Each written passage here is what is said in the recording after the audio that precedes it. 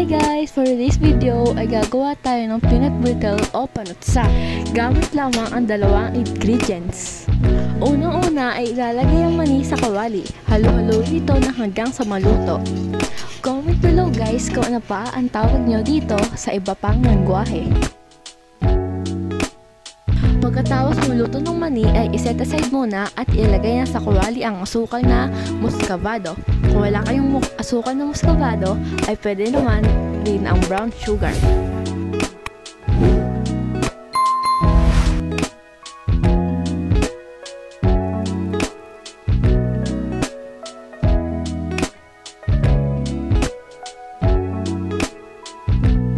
Halo-haluin muna natin hanggang sa mag-melt na ang asukal. Pag nag-melt na at ganito na ang consistency, pwede na natin ilagay ang mani. Pero i-mix muna natin siya hanggang mawala na yung mga buo-buo.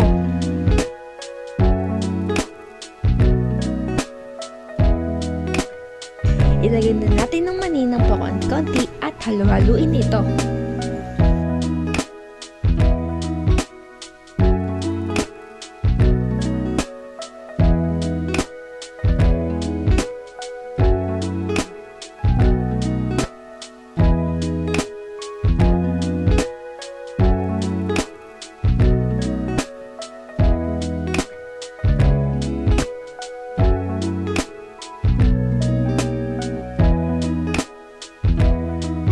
Halo-haluin natin hanggang sa mag-combine ng mani at ang asukal.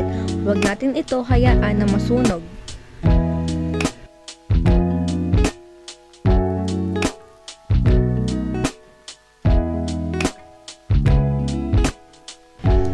Kapag na-combine na sila at ganito na ang consistency, ay iset aside na natin at ihulma. Kung anong size, depende sa gusto ninyo.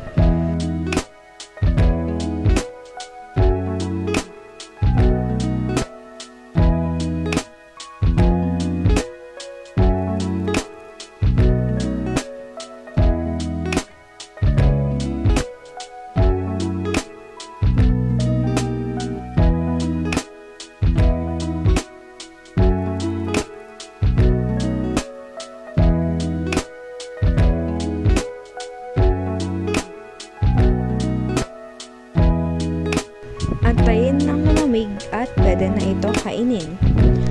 Ayan na guys, tapos na ang ginawa nating peanut brittle o panutsa.